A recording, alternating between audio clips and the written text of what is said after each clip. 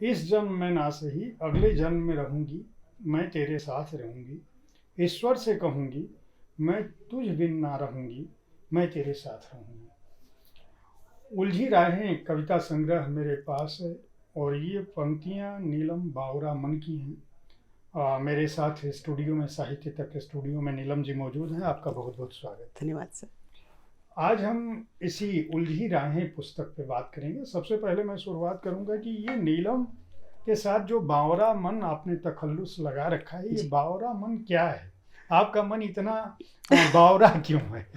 Sir, ये मन बावरा है तभी उस तरह की कविताएं और उस तरह की भावनाएं जो कविताओं का रूप जिन्होंने लिया वो आ पाई, क्योंकि मन ही बावरा हो सकता है तभी आप लिख सकते हो उस उन फीलिंग्स को, उन भावनाओं को शब्दों के रूप में उतार सकते तो आपके हम लोग आपकी कविताओं पर चर्चा करने से पहले मैं जानना चाहूँगा कि आपका बचपन, आपकी पढ़ाई लिखाई और आपके मन में ये जो कविता लिखने का, जो रचने का जो भाव था। मैं इस संकलन की कविताएं पढ़ चुका हूँ, और मैं अपने दर्शकों से कहूँगा कि अगर आप प्रेम की कविताएं, विरह की कविताएं, श्रृंगार की कविताएं, मिलन की कविताएं पढ़ना चाहते हैं, तो इस संकलन को खरीदें। इसके अलावा गीत गंगा का जो अध्याय है, उसमें भी अलग अलग तरह की रचनाएं मौजूद हैं।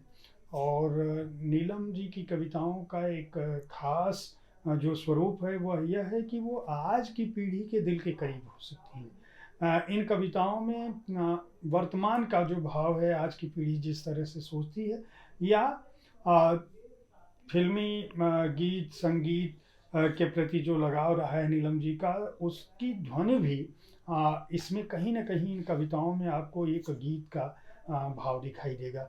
तो हैं। हमें जी सर। पहले ये बताएं कि आपका बचपन किस तरह का रहा, और आपके मन में कब ये आया कि मुझे कविताएं भी लिखनी चाहिए, और आप प्रोफेशनल कैरियर में जो कर रही हैं। हालांकि मैं परिचय दे सकता हूँ, इंडिया टुडे समूह का जो मीडिया इंस्टीट्यूट है उससे जुड़ी हुई हैं। 2 दशक से अधिक समय से आप इस समूह का हिस्सा रही हैं, लगभग 2.5 दशक से अधिक हो गया है। तो शुरुआत कैसे हुई आपकी?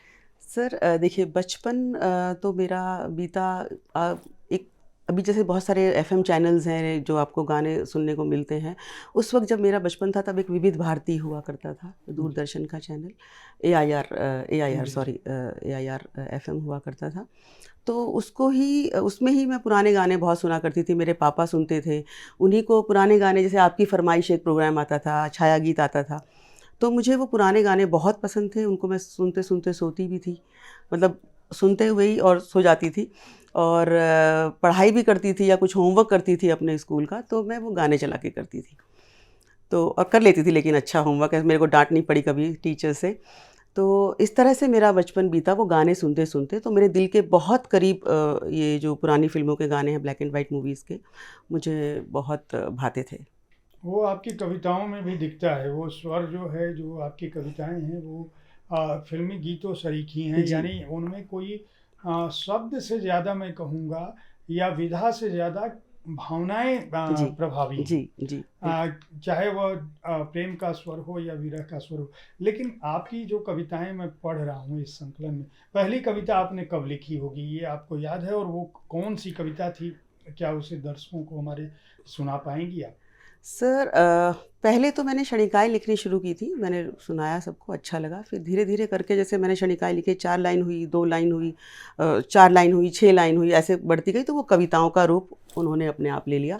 और मुझे इससे फिर लगा कि मुझे कविताएँ लिखनी चाहिए। फिर मैंने उस तरह से वो कविताएँ लिखनी शुरू करी। तो वो वही। छड़िकाएँ कुछ कुछ 1 आध 2 याद हैं अगर आपके शुरुआती दौर की? क्योंकि इस संकलन में तो जो हैं, वो मैं चाहूँगा कि दर्शक खरीदें, पढ़ें। कुछ इसमें से भी सुनेंगे, लेकिन जो छड़िकाएँ कुछ अगर याद हैं तो सुना सकती हैं क्या? सर, मैं बिल्कुल सुनाऊँगी आपको कि ज़हन में उमड़े जज़्बात, ज़हन में उमड़े जज़्बात कागज़ पर उतार देती हूँ। ज़हन में उमड़े जज़्बात कागज़ पर उतार देती हूँ। फुर्सत कहाँ किसी को जो हाले दिल बयाँ करूँ। हुँ। तो बहुत अच्छा।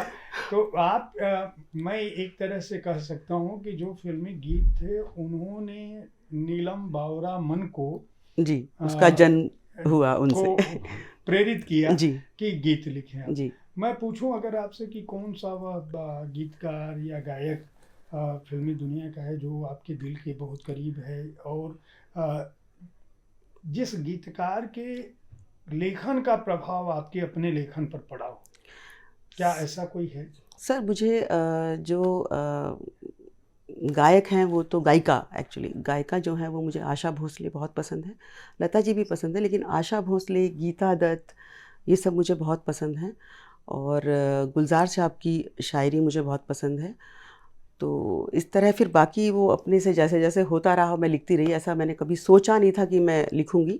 और ये मैंने बहुत पहले से लिखना शुरू नहीं किया है, कुछ ही 2-3 सालों से मैंने ये कोशिश की। मतलब ये तो बहुत बड़ी बात है कि 2-3 सालों में लिख के आपका एक संग्रह सामने है। मैं ये देखता हूँ कि इसमें अगर इस संकलन को आपने 2 हिस्सों में बाँटा है। जी जी सर। एक हिस्सा आपका है जिसमें आप प्रेम की बात करती हैं, जी जिसमें मिलन है, जी जुदाई है, मिलने के बाद का के जो भाव हैं वो है। जी और जो दूसरा है सेक्शन, उसमें बहुत सारे त्योहारों की बात है, उत्सवों की बात है, अ, अ, रिश्तों में जैसे पिता की बात है, अ, माँ की बात है।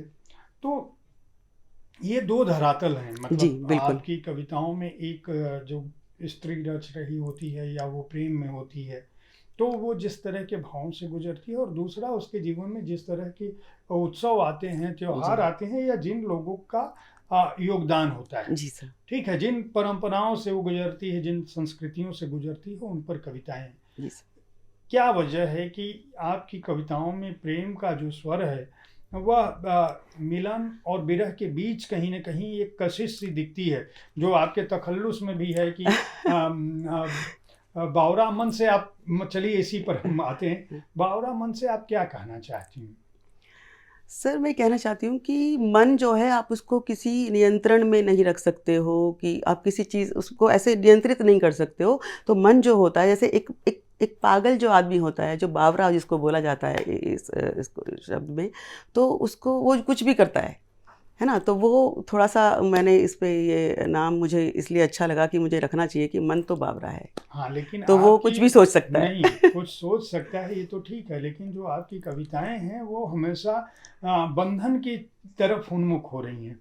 वो कहीं न कहीं आप को मतलब प्रेम का जो विरह स्वर है जी, जी, या मिलने की जो आतुरता है, जी। वो आपकी कविताओं में, आपका तखल्लुस तो बावरा मन है, यानी तू नहीं और सही और नहीं और सही नहीं सर। की बात है, लेकिन जो कविताएँ आपकी हैं वह एकदम हाँ, मिलन और अपने प्रेमी के प्रति जी, कहीं न कहीं वो राधा की तरह से एक जी, भाव जी। है कि हम अपने प्रियतम से मिलना चाहते हैं। हुँ। अगर मान लीजिए इस संकलन से कोई भी कविता, जी, जैसे मान लीजिए, दूर रहकर भी तू मेरे पास रहेगा, तू नहीं तो तेरा ख़याल मेरे साथ रहेगा, तेरा इंतज़ार रहेगा।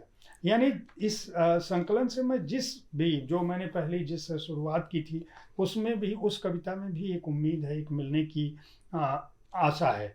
ठीक है, अभी जो मैंने लग पंक्तियाँ पढ़ी उसमें भी वो बात है। अगर मैं अभी लिखूँ कि अब तक सँभाल रखे हैं तेरी यादों के वो वो पल, पल। उन राहों पे चलना, उन राहों पे रुकना, मेरे कान का बाला तेरी उँगलियों के निशान, अब तक सँभाल के रखे हैं तेरी यादों के वो पल। जी, तो कहीं न कहीं आपके लेखन की जो आपका कवयित्री रूप है, वह कहीं न कहीं किसी प्रियतम से बँधा हुआ है, जी, प्रेमी जी, से बँधा हुआ है। जी, तो ये बात आपके दिमाग में, क्योंकि अगर हम आपके अपने निजी जीवन की बात करें, तो आप एक बहुत समृद्ध सा जीवन बेटी, बेटा, पति के साथ रहती हैं। जी, आपका जो व्यावसायिक करियर है वो इस तरह से प्रतिबद्ध है कि आप एक ही संस्थान में, हमारे इसी इंडिया टुडे समूह से पिछले 2.5 दशक से जुड़ी हुई हैं, और अलग-अलग विभागों में आपने विभिन्न पदों पे काम किया। जी। तो एक तरफ तो प्रतिबद्धता का आपकी यह स्वरूप है, और दूसरी तरफ आपकी कविताएँ जो है वो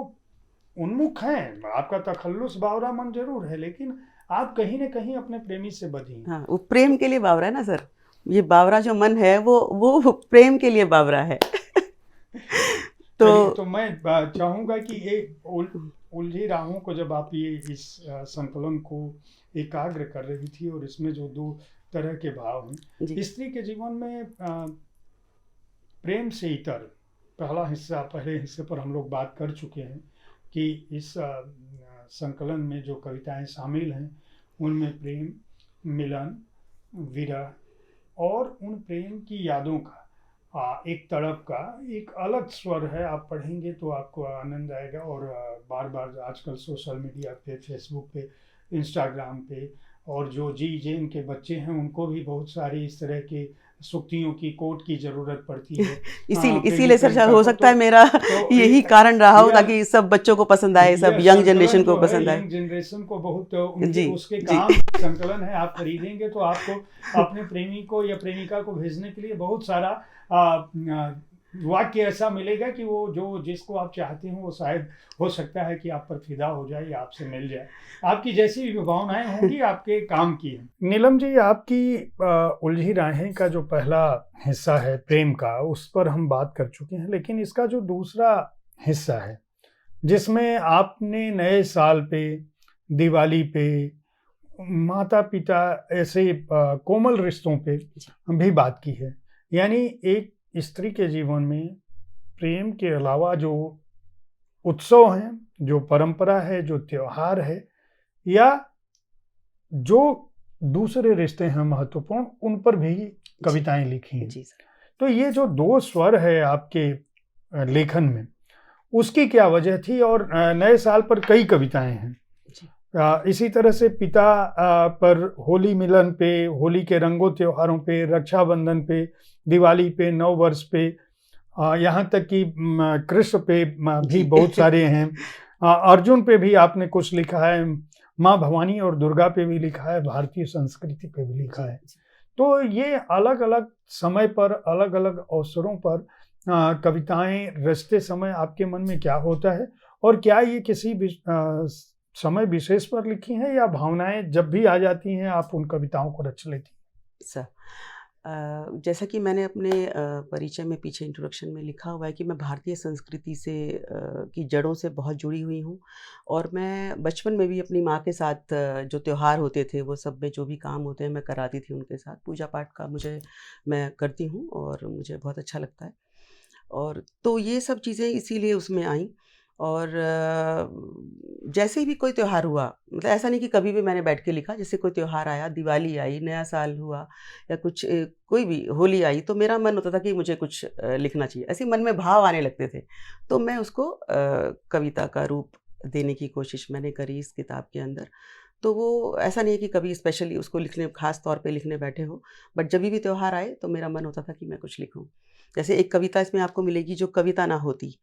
तो वो कविता दिवस एक बार बड़ा न्यूज़ चैनल्स में सब चल रहा था कि आज कविता दिवस है, ये है, वो है। तो मुझे लगा कि मैं कविताएं लिखती हूँ और मुझे इस कविता दिवस पर तो लिखना बहुत ज़रूरी है, तो बनता है। तो मैंने कविता दिवस पर फिर वो कविता लिखी, जो कविता ना होती।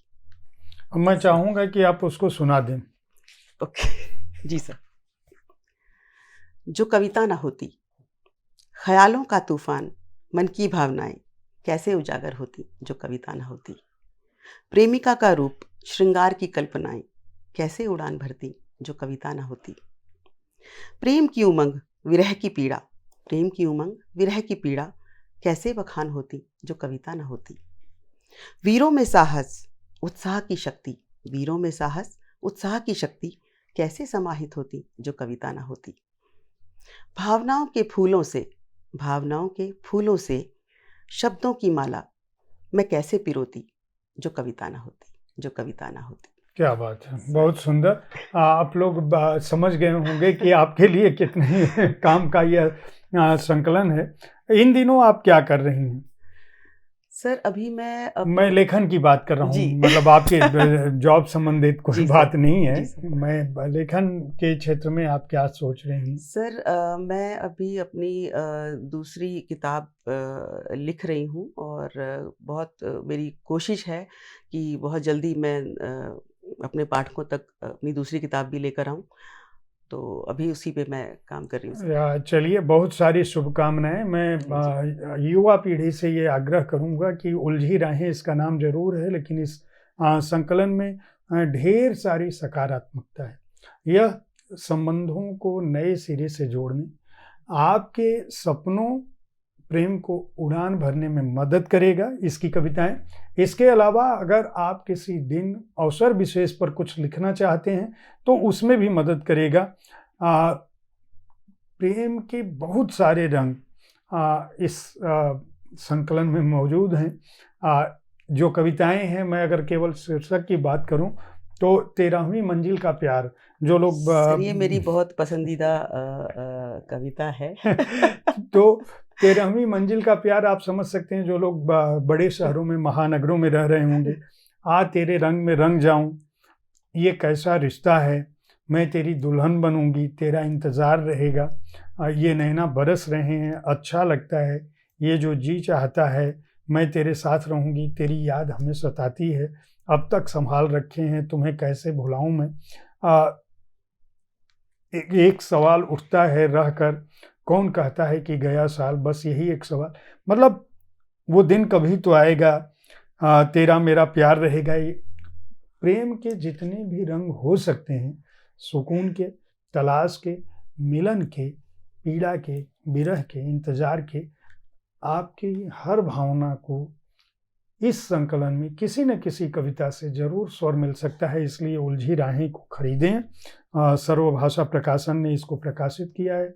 मूल्य केवल 225 रुपये है और 112 पृष्ठों के लिए यह कोई मूल्य नहीं है। सर अमेज़न पे 200 रुपये का डिस्काउंट के बाद मिल रहा है। जी, चलिए अमेज़न पे 200 रुपये का मिल रहा है। तो उम्मीद है कि आप इस संकलन को खरीदेंगे और इस कार्यक्रम के बारे में और नीलम जी से हमारी बातचीत के बारे में अपनी राय से अवगत कराएंगे।